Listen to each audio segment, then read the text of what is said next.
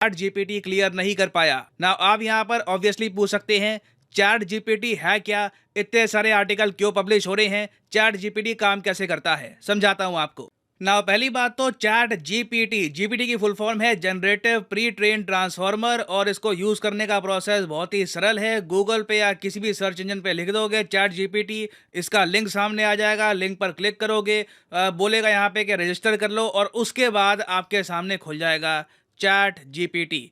ये एक chat bot है, मतलब लिटरली आप इससे बात कर सकते हैं, ये आपको आंसर देगा। अब फॉर एग्जांपल लेट्स से मैं यहाँ पे इससे एक सवाल पूछता हूँ, थोड़ा अनयूजुअल सा सवाल पूछता हूँ कि इज अर्थ फ्लैट। मैं चैट जीपीटी से पूछूंगा तो सीधा ये मुझे पढ़ाना स्टार्ट कर देगा कि नहीं, धरती फ्लैट नहीं है, हमारे पास साइंटिफिक एविडेंस है इसको लेकर। और उसके बाद देखिए, और अगर बातचीत बढ़ती गई कि कैन यू प्रूव इट, तो एक के बाद एक ये अपनी जो कॉन्वर्जेशन है बढ़ाता रहेगा कि देखिए ये हमारे पास एविडेंस है, ये इन द पास्ट हो चुका है। तो लिटरली आपको ऐसा फील होगा कि आप एक बहुत ही इंटेलिजेंट ह्यूमन बीइंग से बात कर रहे हैं, या फिर लिटरली ऐसा फील होगा जैसे मूवीज में आर्टिफिशियल इंटेलिजेंस है उससे आप बात कर रहे हो। मगर ये मत समझ लेना कि जो ये सारा ज्ञान चैट जीपीटी मुझे दे रहा है, ग्रेविटी के बारे में, ओशंस के बारे में, ये सब चैट जीपीटी के दिमाग में है, इसकी कॉन्शियसनेस में है। चैट जीपीटी एक एक्चुअल ह्यूमन बीइंग की तरह सोच सकता है, ये मत समझ लेना। जो भी यहाँ पे आप देख रहे हो ना लिखा हुआ है, ये 4-5 सोर्सेज से आया है।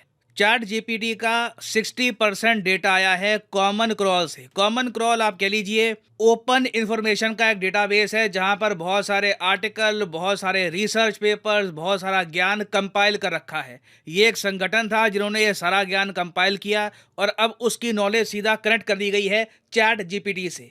फिर आपको मिलेगा वेब टेक्स्ट 2, इसमें जी आपके रेडिट जो वेबसाइट है उसके लिंक्स आ जाते हैं, वेरियस जो आर्टिकल्स पब्लिश होते हैं। अब गूगल करोगे आप, मान लो किसी भी टॉपिक पर कि how was moon formed, moon बना कैसे था, उसको लेकर आपको लाखों आर्टिकल मिल जाएंगे।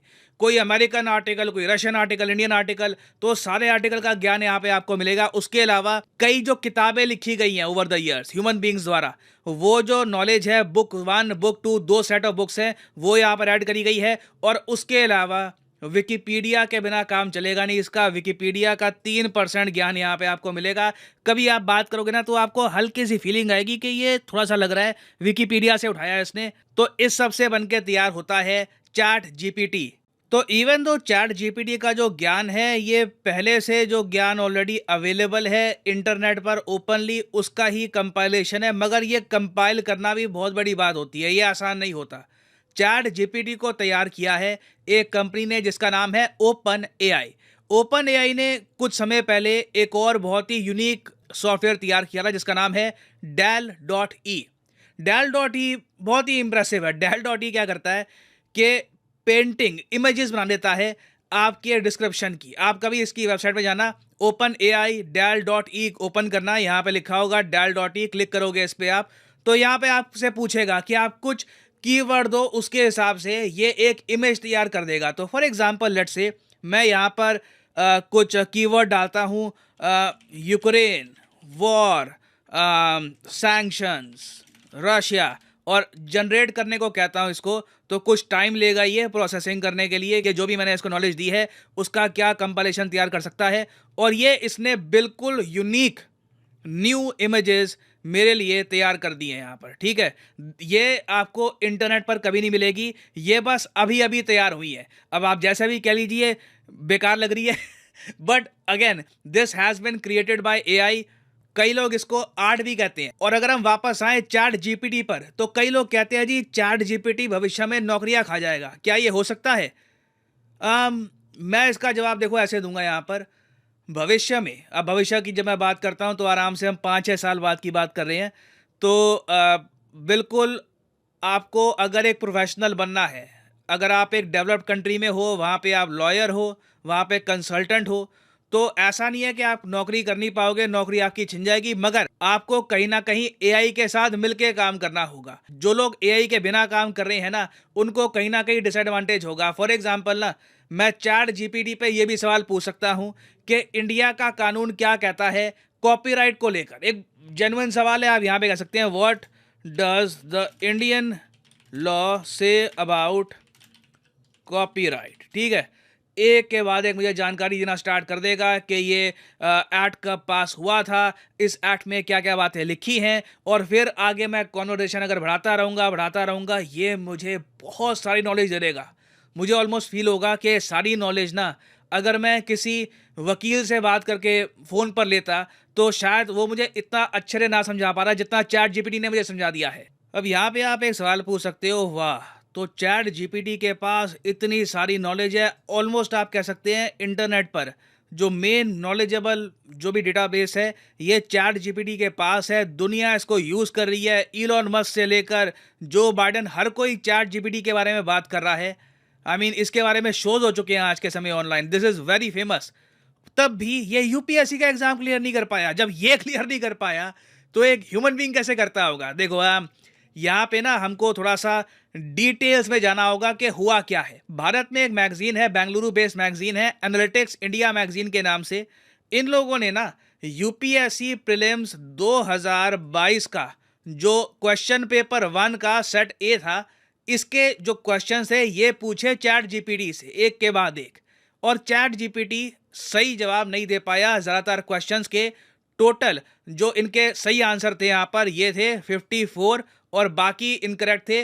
और जो टोटल कट ऑफ थी, जो चैट जीपीटी का स्कोर आया इन दी एंड, वो जनरल स्टूडेंट्स की जो कट ऑफ है उससे भी कम था। तो चैट जीपीटी अगर जनरल कैटेगरी से यूपीएससी का एग्जाम दे, बिल्कुल ये फेल हो जाएगा। मगर हमें यहाँ पर यह बात देखनी होगी कि चैट जीपीटी की जो करंट अफेयर की नॉलेज है ना, ये सितंबर 2021 तक सीमित है। अगेन मैंने आपको बताया चैट जीपीटी एक ह्यूमन बीइंग की तरह नहीं सोचता, लिटरली ये मशीन है। हमने एज ह्यूमन बीइंग्स ना अभी तक कोई ऐसा एआई नहीं बनाया जो इंसानी दिमाग की तरह अवेयर हो। ये सब ऑलमोस्ट आप कह सकते हैं नॉलेज इकट्ठा कर ली, वही नॉलेज आपको बोल रहा है। बहुत ही एडवांस टेप रिकॉर्डर टाइप का है, आप ये भी कह सकते हैं। तो इस टेप रिकॉर्डर में जो भी नॉलेज थी ये सितंबर 2021 तक की थी। तो current affair section obviously chat GPT का बहुत ज़्यादा कमज़ोर था। उसके अलावा देखिए यूपीएससी में कई जो क्वेश्चंस होते हैं जेन्युइनली काफ़ी टफ होते हैं, हिस्ट्री से रिलेटेड, ज्योग्राफी से रिलेटेड। उन क्वेश्चंस को पहले आपको इंटरप्रेट करना होता है, समझना होता है, तभी आप आंसर कर पाते हैं। और कई जगह तो देखिए मैंने चैट जीपीटी से सवाल पूछा, मैंने खुद भी इसको ट्राई किया कि कितना इसकी नॉलेज में दम है। तो मैंने यहाँ पे सवाल पूछा कि ये कंट्रीज़ की मैं आपको लिस्ट दे रहा हूँ, Azerbaijan, Kyrgyzstan, Tajikistan, Uzbekistan, Turkmenistan, बताओ कि इनमें से वो कौन कौन से देश हैं जिनकी बॉर्डर लगती है अफगानिस्तान के साथ। यूपीएससी लेवल का क्वेश्चन है, मैंने पूछा और यहाँ पे ना चैट जीपीटी ने जवाब दिया only 2 countries have border with Afghanistan, Tajikistan, Uzbekistan. Turkmenistan को इसने इग्नोर कर दिया, जबकि आप अगर मैप में देखो काफ़ी बड़ी बॉर्डर है तुर्कमेनिस्तान अफगानिस्तान की। तो अगेन चैट जीपीटी बहुत इंप्रेसिव है, चैट बॉट है वगैरह, मगर इसमें ऑब्वियसली काफ़ी इंप्रूवमेंट की गुंजाइश है। और बिल्कुल मैं यहाँ पे कहूँगा कि अगर आप यूपीएससी एग्ज़ाम के लिए तैयारी कर रहे हैं तो यू कैन बी प्राउड, क्योंकि आप बिल्कुल एक काफ़ी डिफिकल्ट एग्जाम को क्रैक करने की कोशिश कर रहे हो, जो आर्टिफिशियल इंटेलिजेंस भी काफ़ी बार क्रैक नहीं कर पाएगा। और फाइनली सिंस हम यूपीएससी की बात कर रहे हैं तो आपसे प्रीलिम्स 2022 का एक सवाल ही पूछूंगा जिसका आंसर आप सब लोग करोगे कमेंट सेक्शन में। जो लोग सही आंसर इसका करेंगे उनकी कमेंट को मैं हार्ट दे दूंगा ताकि बाकी लोग समझ पाएं कि सही आंसर क्या है।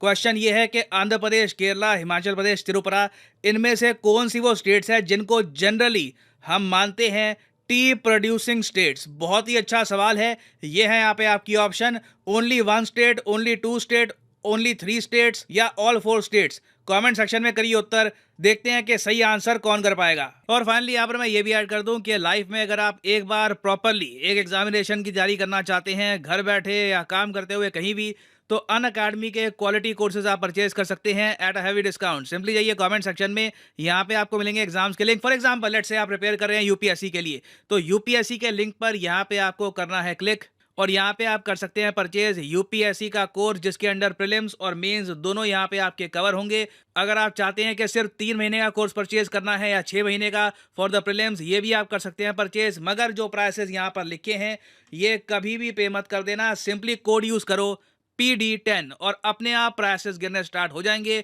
You will be able to save a lot of money. So use the code PD10 and save money. So इसी नोट के साथ ये है वीडियो का अंत. Thank you for listening and as always God bless you all.